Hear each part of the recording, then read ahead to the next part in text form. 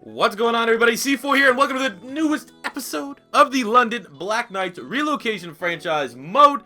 And the last stream that we did was pretty much all the miscellaneous, the relocation of the team. There was a draft squeeze in there. I didn't modify any of the prospects. And we went up to the 2019 draft, which is where we really start to, get into the meat and potatoes of becoming the London Knights, owned by Vincent Kennedy McMahon. Yes, the one from the XFL and the WWE. So we did the draft. I got all the prospects modded up.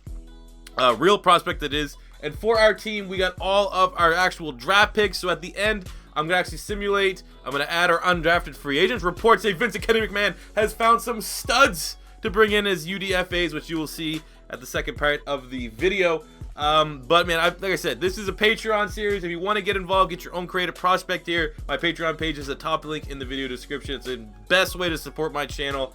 And I would say 99% of the intent behind my current Patreons is to support my channel, but the 1% does come back to getting, you feel like you get your money's worth in these series. So I spent almost 6 hours the other night modifying all the draft prospects to try to make it as realistic as possible while still encapsulating all of the ridiculous storylines that may come from the Patreon. So in this video here, it's going to be primarily about the 2019 draft. We haven't talked about the 2018 draft and any of those prospects. So what I'm thinking is either A, at some point, like today is going to be this video, tomorrow night around 8 p.m. Eastern, give or take, will be a live live Black Knights stream. But I think maybe another day throughout the week I could do a full prospect recap currently in this little world. Or I've seen some suggestions. People want me to kind of post a video about what prospects to use. People want out there that want to, in their connected franchise modes, go the realistic route and try to have all the good college prospects, but they don't know where to start. So I could also release maybe a video talking about players that you should be using for draft classes. I have my own personal notepad of it. It'd be way easier if I had like an Excel sheet and I could just upload that for you guys to use. I just use pen and paper. But if that's something, or maybe a video you guys want to see me releasing every single video or something like that, I just list prospects you should be trying to use in your draft classes throughout the, the next 5 or 6, 7, 8. I actually have 9 years worth of draft classes ready. I could definitely do that. So let me know what you want to see in regards to that in the description. But without further ado, let's jump into the draft recap and what prospects went where. We will finish up with the Black Knights. I'm going to try my best to go through this as quickly as possible. Finding like every time I do these videos, it goes on for like 30 minutes. So this is the 2019 draft class. So there are a mix of sophomores currently in college and a lot of freshmen that you would have seen in the real college football season. And as I talk about these prospects, remind yourself, I'm going to refer to them as their current college football self. So here we have Jonathan Taylor, who's currently a freshman running back from Wisconsin, was incredibly dominant. Wisconsin put up insane numbers that I haven't seen quite some time from a true freshman running back. So we decided to put him here on the Denver Broncos, 83 overall with a superstar dev trait, which is nice to see. And for all the prospects in this year's draft class, if you got a 75 or above, I made you into a real prospect. Moving on to the Cleveland Browns, they got Levanta Taylor from Florida State, 80 overall with a slow dev, really solid corner, currently attending the University of Florida State, which isn't how you say it. That was all we have for the Bucks. Moving on to the Tampa Bay Buccaneers in the first round, they got Nate Herbig, the guard from Stanford, as I believe he's a sophomore, but he's regarded as one of the top interior offensive linemen in the country right now. So this is a great get here for the Tampa Bay Bucks with an 80 overall. And then down here in the 6th round, they get Navon Donaldson, a current freshman on the Miami Hurricanes, 6'6", 350, can play guard, can play tackle, very, very versatile, 75 quick dev. That is a good pick as whole. Bucks just fix their offensive line here. Moving to the Arizona Cardinals in the first round, they got Greg Little, the tackle from Ole Miss, one of the best tackles in college football. That's not just my SEC bias, 78 overall with a quick dev trait. Moving on to the Kansas City Chiefs, they had 2 first-round picks with their first of 2. 78 overall defensive tackle with a quick dev. We made it Aubrey Solomon from Michigan. Michigan fans hoping that him and Rashawn Gary can go off next season, replacing Mo Hurst. And then with their second first-round pick, DBU is it? I always want to stick up for my Florida Gators to say we have a shot and a claim at being DBU. But we have Christian Fulton from LSU, 80 overall, normal dev trait. Will look nice back there with Marcus Peters.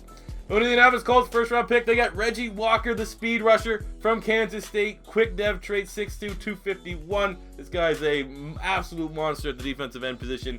And, in real college football, you'll be hearing a lot about him for years to come. They got 80 fullback. We left that as is. But we have our first Patreon. We have Stevie G. No relation to Liverpool legend Steven Gerrard or LA Galaxy if you watch MLS. But we have Steven Gerrard from the University of Wisconsin, 74. He's actually a 75 overall with a quick dev trait, and he fits right in there. He actually will be trying to compete for the second wide receiver spot here on the Indianapolis Colts, but more likely will stick into the slot because, you know, that's where white wide receivers tend to go. So there we go, Stevie G. Going to the Dallas Cowboys, the first round, they get David Reese from Florida. Very, very good linebacker. True freshman right now. I think he was first team all SEC freshman. So he's a good fit there for the Cowboys. Look, right outside linebacker. Getting ready to move on from Shawn Lee. What is that? And the third round, they got Andrew Thomas, the tackle from Georgia, who unfortunately tasted defeat in the Natty. But he is a very good freshman tackle. And, nice pick there for Dallas. Going to the Miami Dolphins, the first round, they get a quarterback. DeAndre Francois, 74 overall, superstar dev trait from Florida State. Everyone should know who DeAndre Francois is if you're watching this video. That's a nice little pick there for the Dolphins. And then in the sixth round, they got a right guard from Ohio State, true freshman Wyatt Davis, 77 overall, to give a nice little partner there with DeAndre Francois. And we left, obviously, the fullback as is. With the Philadelphia Eagles in the first round, they got Alex Leatherwood, the tackle from Alabama, superstar dev trait. He came in as well in the national championship and looked absolutely phenomenal. This guy here, no doubt when it is his turn to go to the NFL, he will be a first-round pick as long as he stays healthy. In the third round, they got Juan Taylor, the tackle from Florida, 75 overall, rebuilding the offensive line, trying to have some competition to my boy Lane Johnson. I see you, dog. Looking at the Atlanta Falcons, first round, they got Walker Little, the right tackle from Stanford, 73 superstar dev, even though it says 76. I don't know what rating to believe, but a very talented tackle there for the Stanford Cardinal. San Francisco 49ers, not a whole lot here. They got Donovan Peoples-Jones, the wide receiver from Michigan, 76 normal. But other than that, a very piss-poor draft here for the 49ers. Giants got Troy Dye with the second pick, the linebacker from Oregon, 83 overall. One of the best picks in this draft. The guy's incredibly versatile. He's a monster. Looking at the Jacksonville Jaguars, Patreon here. Michael Lee Jr., left guard from the University of Florida, 78 overall. One hell of a pickup right here as they try to protect their quarterback, Lamar Jackson, which is nice to see. And that was it here for the Jacksonville Jaguars.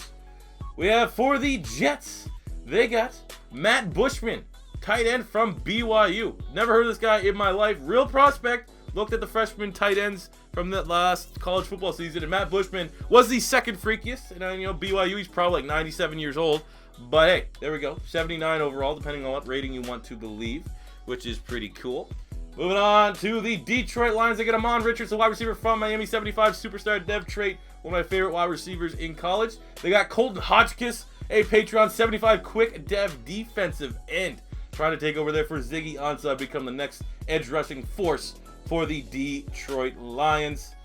They also have Shawn Dwyer, another Patreon, running back from Michigan State. They're linking together. They're trying to get the job done. When you look at the running back backfield there, I know they're trying to get a 1-2 tandem punch with now Shawn Dwyer coming in. They have Bryce Love from Stanford as their current running back, so that is a nice little fit there. So there we got two Patreons grouped up on the Detroit Lions. Looking at the Packers in the first round, they got Foster Sorrell, another tackle from Stanford. Stanford usually they're kind of churning out like some of the best offensive line prospects, and I think the 2019 draft, they could have three legitimate first rounders. So 78 overall offensive tackle there. Good fit for the Packers.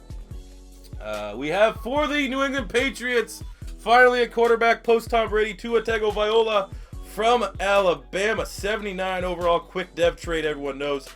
Big competition now. We got a certain quarterback on our Black Knights, and this guy, the rivalry, have already started from the national championship game, but we will get to that. We have another Patreon here, Jamal Afolabi the third. Jamal Afolabi. Below that one. Quick dev 75 from LSU, trying day one to compete for the starting gig for the New England Patriots. I think he is 1 point below Dion Lewis, but he is hot on his heels to become the starter. The Raiders in the first round, they got N'Keal Harry, the wide receiver from Arizona State, 79 overall. Very promising prospect there. We also got CeeDee Lamb from Oklahoma. If you watch any Baker Mayfield games, he is the burner. So they're just wide receiver heavy.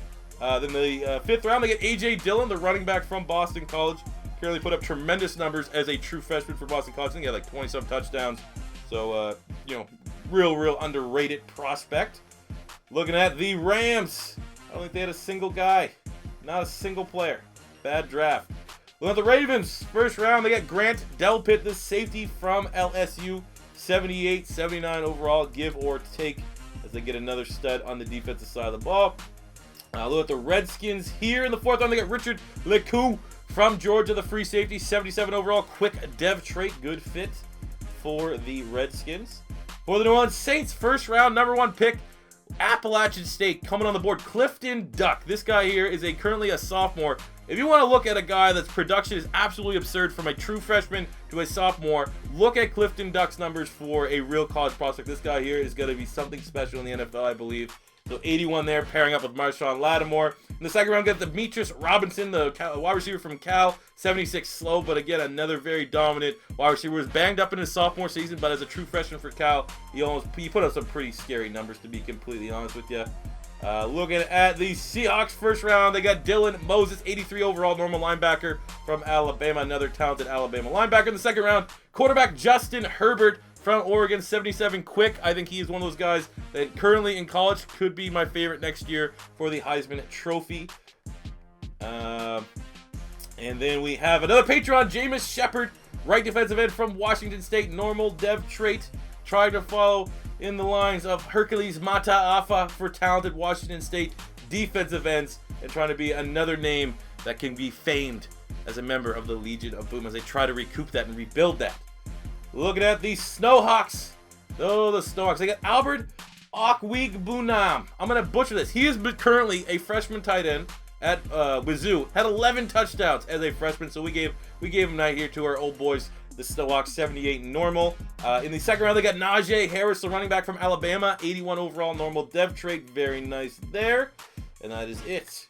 Looking at the Steelers, they got Jeffrey Okudah, the very talented 5-star recruit. Didn't get any playing time, but is expected to be something big at Ohio State. 78 slow.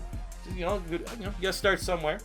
For the Texans, they got Patron Dunn Martell, 77 overall center with a normal dev trait. Very good fit there to help out Deshaun Watson. In the fourth round, they got J.K. Dobbins, a running back from Ohio State. 74 normal, but he's actually a 77, depending on what overall you want to believe. Then at the Tennessee Titans, a Patreon from Harvard. I'm going to tell you right now, from all the Harvard prospects you're going to see, they must have had a dynasty this year. They got Bradford Callahan, 80 overall, quick dev, 3-4 outside linebacker, even a little bit undersized. Your typical jock, preppy guy, but he is looking to be a big-time factor on the Tennessee Titans. In the second round, another Patreon, A.J. Ershman, 79 overall, quick running back. They had absolutely lost all the running backs. No more Derrick Henry, no more DeMarco Murray, anything like that in Tennessee. Ershman is going to be a starter as a rookie, and he has a lot of hype behind him. Then looking at the Minnesota Vikings, they got guard Jack Anderson from Texas Tech, 81 overall with a normal dev trait, looking pretty mid. And in the fifth round, they got Cam Akers, the running back from Florida State, to pair up with Dalvin Cook, 78 quick dev, looking pretty nice. So we gotta keep on going here. For the Bears, they got Jalen Phillips, defensive end, 78 overall from UCLA, normal dev trait, 79, depending on what rating you want to believe. For the Cincinnati Bengals, first round, they had Jesse Bates from Wake Forest, 77 superstar dev safety. This guy is incredible, puts up pretty insane numbers, if I had to be completely honest with ya. Looking at the Buffalo Bills, they got Chase Young, defensive end from Ohio State, 79 overall. Normal dev, not too shabby, can work with that. And then in the sixth round, they got Isaac Nata, the tight end from Georgia, 80 overall with a normal dev. Looking at the Black Knights, actually, we'll say the Black Knights for last, because I still got a couple Patrons we need to talk about. We skipped on the Atlanta Falcons. Someone opted to use a real prospect, and that is Christian Coleman, who's currently a track star, a guy that's going to the Olympics. That's why you see the 99 speed, the 99 acceleration. Don't know how, kind of a project, coming, hanging it out there, seeing if anything bites in terms of an NFL wide receiver. But from a special team standpoint, this guy here could be terrifying. He has a 73 overall, so depending on what rating that you want to believe upon, that's always someone that we're gonna keep an eye on and just see, is he gonna emerge to something? Is he gonna be a freak monster? Who friggin' knows? And I think that does it for all the Patrons that don't involve the Black Knights. And here is the Black Knights draft. As I said, we're going to come back before the end of this video, and look at some of the undrafteds. But for our base roster, in the first round, we got Jake Fromm from Georgia, superstar dev trade. If you watched the national championship game, You know, you got Tuga Tagovailoa down there in New England. Now you have FROMM up here in London trying to make this expansion for Vince McMahon. He said FROMM is the quarterback I want out of him and Tagovailoa. We're going to see if that gamble pays off, but a very nice rating. In the second round, we got Jonathan Dudley, superstar dev trait, 82 overall from Buffalo, a member of the Dudley families. Really, I could have put Dudleyville, Bubba Ray, Devon, Vince McMahon with the wrestling ties. He saw Jonathan Dudley one day. You know, Buffalo prospect trying to follow in the lines of a Khalil Mack, but more so he had a viral video after just absolutely destroying some guy at a Buffalo Bills tailgate through a table. And Vince McMahon said, look at this guy, man. This is a dime in the rough. I know he's projected to be undrafted. I want to get him right now in the second round because it's easy marketing between the wrestling and the football. And he turned out to be an 82 overall superstar. There's a reason why Vince McMahon is known as a mad scientist, because he takes gambles that pay off like this. In the third round, we got Trent Sanchez, 83 overall, free safety from the University of Minnesota, superstar dev trait. Excellent balance between tackle and being able to drop back into coverage. He's going to be a big-time part of this team, especially in a position of need. In the fourth round, we get an 82 overall superstar center from Oklahoma, Johnny House, 6'4", 319 pounds, but with a skill set very similar to Jason Kelsey on the Philadelphia Eagles, because we're going to be a team that's going to want to run the ball quite a bit. And now knowing Vince McMahon, XFL, you know, just constantly, if you ever watch wrestling, he's a freak show, big guy. We got 2 freak show picks. So in the fifth round, 83 overall tight end from Texas State, Hunter Mathis, 6'10", 275 pounds. Basketball player that tried his hand in football, did not get drafted in the NBA draft. And Vince McMahon said, you know, a lot of people just can't block. He's pretty unaware, doesn't know the game of football. Vince said, I want that guy. Think about that. The first time a touchdown happens for a 6'10", 275 monster, they're going to be saying Vince McMahon is a genius. He's had it against. I'm actually really excited to see. I've never played with something like this on my offenses in Madden, so I'm very excited to see what Hunter Mathis can do. As, you know, he didn't make it in basketball, so now he's going to try to make it in the NFL. And what better than Vince McMahon's own team? And speaking of just freak monsters, in the sixth round, we got the man, the myth, the legend known as Tun from Harvard. Like I said, Harvard must have had a dynasty. We had 3 really good prospects coming from Harvard. He's a 75 overall quick linebacker, 7 feet tall, 269 pounds. Maybe better suited to be a defensive end, but we're going to try him as an outside linebacker. 2 stats you need to know: 96 hit power, 99 strength. He was a security guard at the University of Harvard, and then he just decided, like, you know, the coach is like, look at that thing. Put that thing on the field. I think that thing's going to be a monster. And ever since then, the legend of Tun has been born. I'm very excited to see just what the hell is going to happen with a 7-foot tall linebacker, but that is Vince McMahon to a T. And then finishing up the draft in the 7th round, 83 overall running back from Iowa, superstar dev trait, Buffalo Jones. The pair, you would think maybe a, you know, 2-headed attack with Christian McCaffrey, but reports say they want to kind of move Christian McCaffrey to a weapon on offense. Not only just limit him as a running back, a third down guy, a receiver. So Buffalo Jones is going to be our primarily between the tackles runner. Even though he's 5'11", 186, a little bit undersized, the speed is lethal, and we are very excited to see what can happen with a very good offensive line, a 2-headed attack of Buffalo Jones, who we're going to assume will be our running back 1, and then Christian McCaffrey, who will be RB2, but our third down back and kind of a receiver and has some gimmicky plays for him to run. So that is our draft. But we still have more prospects to go. Like I said, Vince McMahon has some juicy prospects lined up for undrafted free agency. But this is the draft. Let's simulate to the preseason and see just what kind of free agents Vince was able to find. Alright, to wrap up the video, it's time to talk about the undrafted free agents for this series. Now, first up, there are 4 guys. I couldn't wait any longer. There's 4 people, 4 Patreons, that have yet to get to me their prospects. If you're watching this and you're like, hey, I haven't seen my guy there, I forgot about this, just go on to the Patreon page and send me a message. As well, expect, for all you guys that have supported my Patreon already, I'm going to be posting a full recap of all the prospects, all the rookies from all the drafts, and what team they were drafted. I don't know, the teams are hard to keep track of because there's some ridiculous trades, but at least there will be a big list of all the prospects there. Like I said, I might make a video later on, but right now I'm going to make all that information for the Patreon players, because if you got, you know, your Patreon supporter and you want a good prospect list to kind of base off for your connected franchise modes, it will be there. Just, I don't know the exact time. It takes a lot of time to cultivate that list. But without further ado, let's look at some of the new players. So first off, from the practice squad, or undrafted, that we got a wide receiver from Tulane named Trendell Shorty. We're probably going to have him bump Christian Samuel. We all know Kevin Benjamin's on the trade block. Well, that's actually how we're going to wrap the video up, because I got an offer. We have Trendell Shorty from Tulane, 6 feet tall, 210 pounds, quick dev trait, good size, good speed, kind of built a little bit like an Anquan Bolden type. We'll probably, get there hopefully as he gets older, add 10 pounds of muscle. But, a very solid starting outside wide receiver that's going to see tons of action. Jake Fromm needs to get his weapons up there. And then also, at the wide receiver spot, we added Alex McAvoy from Queen's University, 770 overall, with a quick dev trait, good speed, good route running, 6'2", 215. That's ideal size. So do we have another Lindquist on our hands? Maybe. I don't want to go that far yet. But he is, again, we're going to have to rely heavily on these young wide receivers here, year one, for the Black Knights. And then finish up our primary wide receiver after Benjamin's gone. It's looking like it's going to be Shawn Rolls from Florida State, 78 overall with a quick dev trait, 5'11", 198. But he got that 94 speed, 94 acceleration, good jumping too. He's an athletic freak and jump out the gym. I'm very intrigued to see what he can bring to us. Like I said, these wide receivers plus our 6'10" tight end. We still got Greg Olsen on there. We have an interesting offense. You throw in Buffalo Jones and Christian McCaffrey. We're gonna see. We gonna see what's gonna happen. So then, next up we have at the strong safety position, second year in the league. He came as undrafted. No one wanted him. He went up to Canada. We got Shaquem Griffin from UCF. If you don't know who this guy is, he's the UCF player that is missing an arm pretty much. 81 overall normal draft. I'm very happy to play with. Man, this guy's production at UCF was very, very good. And we're going to see what's going to happen here with Shaquem Griffin. Hopefully he can get some good stat line. He'd be a nice guy to put up in the thumbnail or something like that. A feel-good story. Brother of Shaq Griffin of the Seattle Seahawks.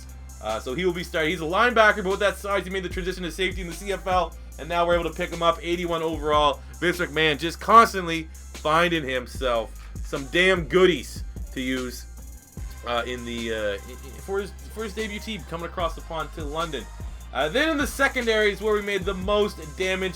First up, we have Sheldon Bush here, 77 overall quick dev from North Carolina. The revival of the white corner is on. We saw a couple for the Snowhawks. Nick Gavigan brings to mind. We had George Fulmer on the Miami Dolphins, another white corner. It's, what do you call it? The white corner that used to be on the Giants. Jason Sehorn is loving this, so Sheldon Bush. Race plays no factor. If you can play a position, you can play a position. We get the stigma of white corners, you get the stigma of white running backs, you get the stigma of black quarterbacks. Let's stop putting these players into a hole based on their race. If you can play, you can play. And we're going to find out right away. We're throwing him right into the fire here, Sheldon Bush, if he's going to be able to play, because we need our two rookies to make an impact. But it helps when your freak best undrafted free agent from the class, Greedy Williams from LSU, a real prospect, 83 overall superstar dev. His name is, I don't know what his first name is, Andre or something like that, but we're going Greedy Williams, a name like that. He's going to get plenty of interceptions at the next level, and he'll be starting at our cornerback spot because we desperately needed some cornerback help. So shout out to the Patrons. We had Johnny House at center, and these corners going at positions of need to really help us out here year one. Because, we won the Super Bowl year one with the Snowhawks, so that is the kind of expectations that we're going to put on ourselves here with the Black Knights. If we don't win it in year one, it's going to be looked back upon kind of as a disappointment. So there you go. That is our roster. This is a fairly long introduction. I hope you guys have stuck with it and got a lot out of it. But we have a trade offer. Like I said, Kelvin Benjamin obviously got traded to the Buffalo Bills. This save started before that. Don't really want him on the team, so we'll just take whatever offer we can get. A second and a fifth there from the Bengals. Like I said, draft picks don't mean a whole lot to me because, we end up just modifying them anyway. But you know what we're gonna do here, just for argument's sake, we'll go with this one, just the more draft picks, I guess. So for the next draft, if there is a next draft, we can add more patrons right away and not to have so many undrafted free agents. So there we go. Kelvin Benjamin is going to the Arizona Cardinals for actually that guy was probably our second best middle linebacker now behind Kuechly. And 2 more draft picks. So that is our roster, guys. That does it for today's episode. Like I said, tomorrow night will be a live stream. Fingers crossed. I don't know. I feel like I might want to have the first couple episodes of the Black Knights be like an edited video to kind of get this thing rolling, and then we can jump into the streams. I'm not sure yet. Don't hold me to it. There will be a stream tomorrow night. It might just not be Black Knights because I might want to actually put some time and effort into these couple uploads here and get the players introduced to you guys, not in like a 2-hour live stream format, more so in a 10 to 15 minute video. Well, that does it. There you go. You got the Black Knights. So, hope you guys did enjoy all these prospects. Again, I'm still looking for a couple patrons to get me their prospects. I'm looking for feedback if you guys want me to upload either a full video showing all the prospects in this save, which for all the patrons, you guys are going to get that information regardless. Or do you want me to make a video for each draft class that will help you guys out and give you some pointers of maybe like the top 5 or so players at each individual position that you can use for your connected franchise modes? I can definitely do something like that. So let me know. And that does it for me today, guys. Thank you for watching. Next time you see the Snorlax, it will be some gameplay. So bear with me on that. If it's your first time stopping by, don't be afraid to hit the subscribe button. Smash the like button if you enjoyed. And until next time, it's C4 saying peace